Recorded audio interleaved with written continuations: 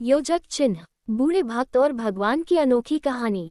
में दो तरह के लोग होते हैं, एक भगवान में आस्था रखने वाले और यानी कि आस्तिक, और आस्था नहीं रखने वाले यानी कि नास्तिक। ये कहानी आस्था रखने वाले लोगों को ज्यादा पसंद आएगी। हो सकता है इस कहानी को पढ़ने के बाद उनकी आस्था और ज्यादा पक्की हो जाए।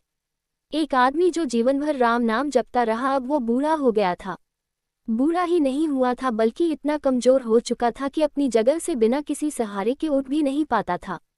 ऐसी स्थिति में भी उसने कभी राम नाम को अपने से अलग नहीं होने दिया। वो पूरा दिन मन में राम नाम लेता रहता।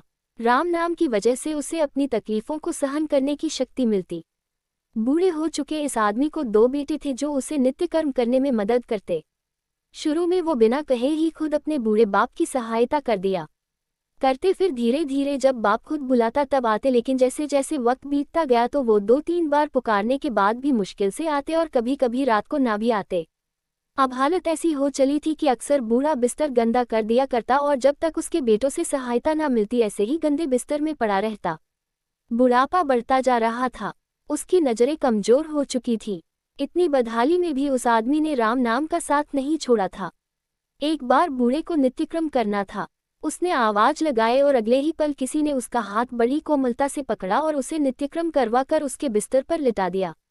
यह अब रोजाना होने लगा। जब भी बूढ़ा आवाज देता अगले ही पल उसकी मदद करने के लिए कोई आता और उसे उसके सारे काम कराकर वहां से चला जाता। नजर कमजोर हो चुकी थी, देखकर बूढ़ा उसे पहचान नहीं पाता था, लेकिन बूढ़ा जानता था कि यह उसके बेटे नहीं हो सकते और वह स्पर्श भी उनके बेटों का नहीं था। एक दिन जब बूढ़े आदमी ने अपने नित्य क्रिया करने के लिए अपने बेटों से मदद मांगी तब अगले ही पल उसे फिर से वही मुलायम वाला स्पर्श महसूस हुआ। सारा काम खत्म करने के बाद बूढ़े आदमी ने उस व्यक्ति का हाथ पकड़ लिया और उससे पूछा, सच सच बताओ, आखिर तुम हो कौन? तुम मेरे बेटे तो नहीं हो सकते। बूढ़े के सवाल के साथ उसके कमरे में बहुत तेज रोशनी हुई और प्रभु ने अपने दिव्य अवतार में वहां पर दर्शन दिए। किसी भी वस्तु को बड़ी मुश्किल से देख पाता था, वही बूढ़ा भगवान के दिव्य रूप को स्पष्ट रूप से देखने में समर्थ हो गया।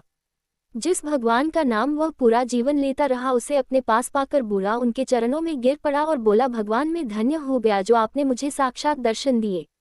लेकिन भगवान मैं बहुत शर्मिंदा हूँ क्योंकि मैंने आपसे मेरे नित्यक्रम करवाए। भगवान ने कहा, मेरे लिए सारे काम एक जैसे हैं, अगर वह काम मुझे अपने भक्तों के लिए करना पड़े तो मुझे सभी कामों में खुशी मिलती है। बूढ़े ने हाथ जोड़ते हुए भगवान से कहा, लेकिन भगवान आप ये सब करने के बजाय मुझे मुक्ति क्यों नहीं कर देते?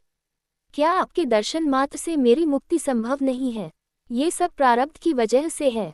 तुम्हारा प्रारब्ध बहुत कठिन है। अगर मंद होता तो मेरे दर्शन मात्र से तुम मुक्त हो जाते।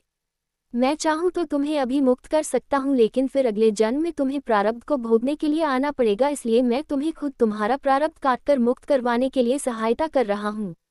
भगवान ने कहा। इतना बोलकर भगवान वहां से अंतर्धान हो गए। कुछ महीने और काफी तकलीफ भोगने के बाद आखिरकार उस बूढ़े आदमी को मुक्ति मिली। अगर आप लोगों को ये वीडियो पसंद आए हो तो प्लीज चैनल को सब्सक्राइब करें, लाइक करें, ज्यादा से ज्यादा शेयर करें और कमेंट बॉक्स में अपने अवश्य दें। श्रीमन नारायण।